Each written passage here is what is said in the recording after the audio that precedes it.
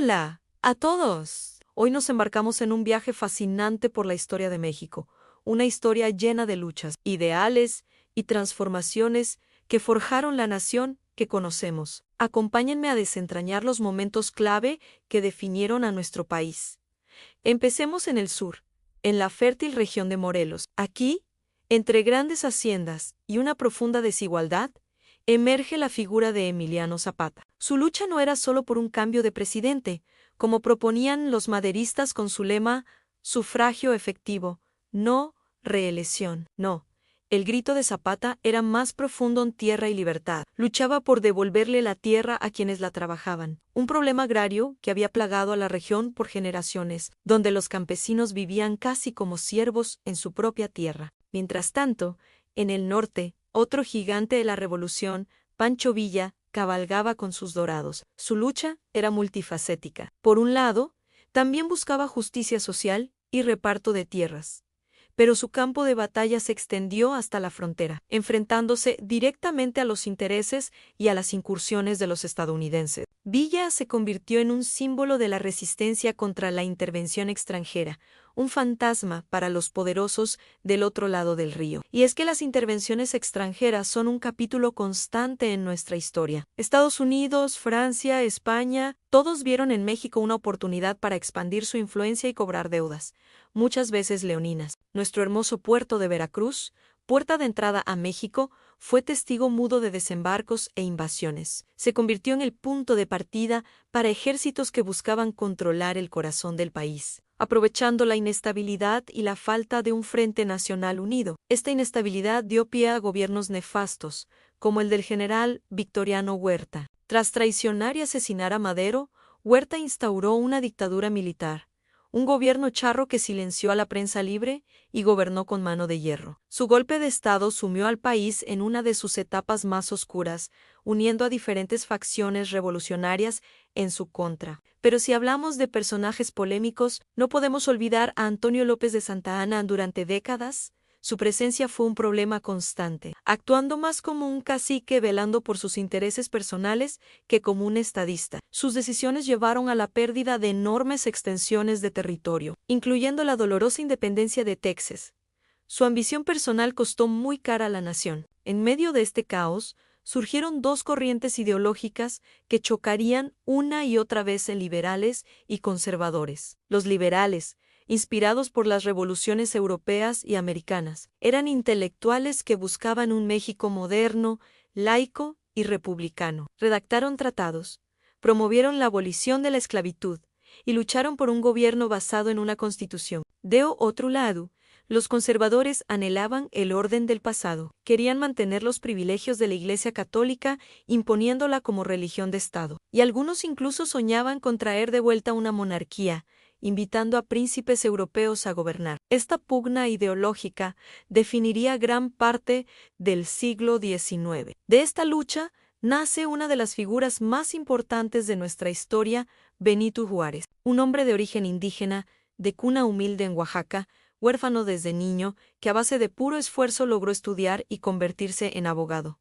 Juárez encarnó el ideal liberal, lideró la resistencia contra la intervención francesa y el Segundo Imperio Mexicano. Y aquí entra en escena Maximiliano de Habsburgo. Invitado por los conservadores, este príncipe austriaco llegó a México creyendo que el pueblo lo aclamaba, pero se encontró con una república en pie de guerra, liderada por Juárez. El sueño imperial de Maximiliano terminó trágicamente frente a un pelotón de fusilamiento en el Cerro de las Campanas, un mensaje claro de que México no aceptaría un gobernante impuesto. Las luchas de este periodo nos dejaron héroes y mártires. Pensemos en los niños héroes, jóvenes cadetes que defendieron el castillo de Chapultepec durante la invasión estadounidense. Su sacrificio, especialmente el de Juan Escutia envolviéndose en la bandera para que no cayera en manos enemigas, se convirtió en un símbolo eterno de patriotismo y defensa de la soberanía. Después de la tormenta, llegó una aparente calma con Porfirio Díaz, otro oaxaqueño que había luchado junto a los liberales. Su largo gobierno,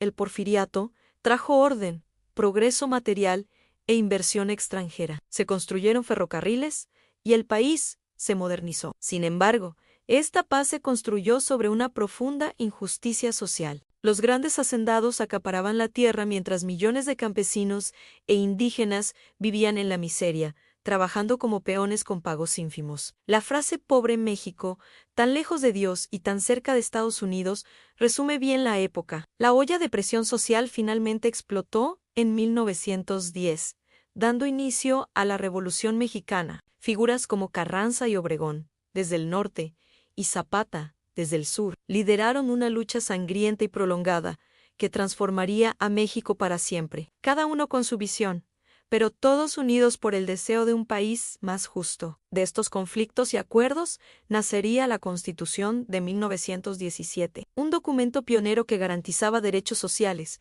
como la educación pública y la reforma agraria. Finalmente, de todo este proceso de invasiones, revoluciones y luchas ideológicas, se moldeó el México moderno, con su gobierno dividido en tres poderes: ejecutivo, legislativo y judicial. Es una estructura que busca el equilibrio y evita la concentración de poder que tanto daño hizo en el pasado. Nuestra historia es un tapiz complejo, tejido con hilos de valentía, traición, idealismo y sacrificio. Desde las luchas a caballo de Zapata hasta las batallas ideológicas de Juárez, cada evento dejó una marca indeleble, y aún quedan historias por contar, como la de los reyes del Enequén en Yucatán y la resistencia del pueblo maya.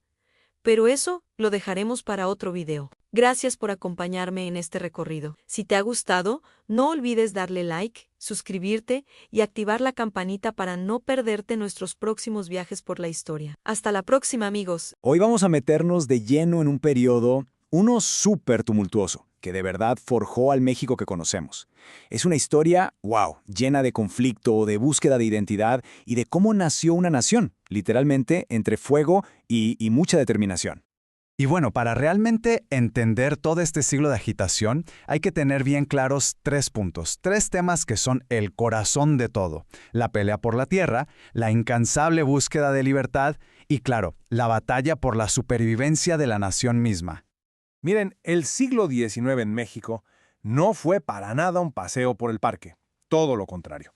Estuvo marcado por unas luchas de poder internas que no paraban y, por si fuera poco, la amenaza constante de otros países, potencias extranjeras, que veían esa inestabilidad y pues querían sacar provecho. Y es que el punto clave aquí es que esta nueva nación enfrentaba problemas, pero problemas gigantes. Por un lado, tenías gobiernos súper inestables, caóticos, liderados por figuras como, bueno, el famosísimo Santana, que por décadas pusieron sus intereses personales por encima de todo. Luego estaban los líderes regionales, los llamados caciques, que manejaban sus zonas como si fueran sus reinos privados. Y si a todo ese cóctel le sumamos la deuda con otros países y los intentos de separación, como el de Texas, pues lo que teníamos era un tejido social totalmente roto. Ok, ahora cambiemos de enfoque un poco y hablemos de las amenazas que venían de afuera, porque no solo eran problemas internos. Resulta que por la deuda y las ganas de expandirse, tanto países de Europa como los Estados Unidos se metieron una y otra vez en México. Y cada intervención, claro, era una prueba de fuego para su soberanía. Y esta línea de tiempo nos da una idea clarísima de cómo fue todo. Miren, empezamos en el 47 con la guerra contra Estados Unidos. Luego saltamos a 1862, cuando empieza la invasión francesa, que por cierto casi siempre entraban por el puerto de Veracruz, era como su puerta de entrada. Y terminamos en el 67 con la caída del imperio de Maximiliano. O sea, cada uno de estos momentos dejó una cicatriz, una marca profundísima en la idea de lo que significaba ser mexicano.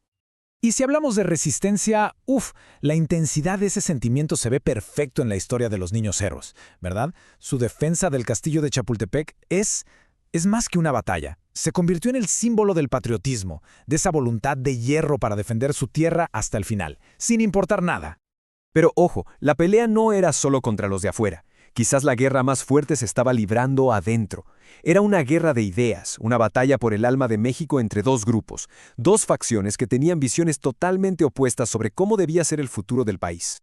Y de verdad, las diferencias eran irreconciliables. No había punto medio. Por un lado, tenías a los liberales, que querían una república, con derechos para todos escritos en la ley, y algo clave, la separación entre la Iglesia y el Estado. Y del otro lado, los conservadores. Ellos soñaban con una monarquía, como las de Europa, con el catolicismo como la religión del Estado y manteniendo el orden social de siempre.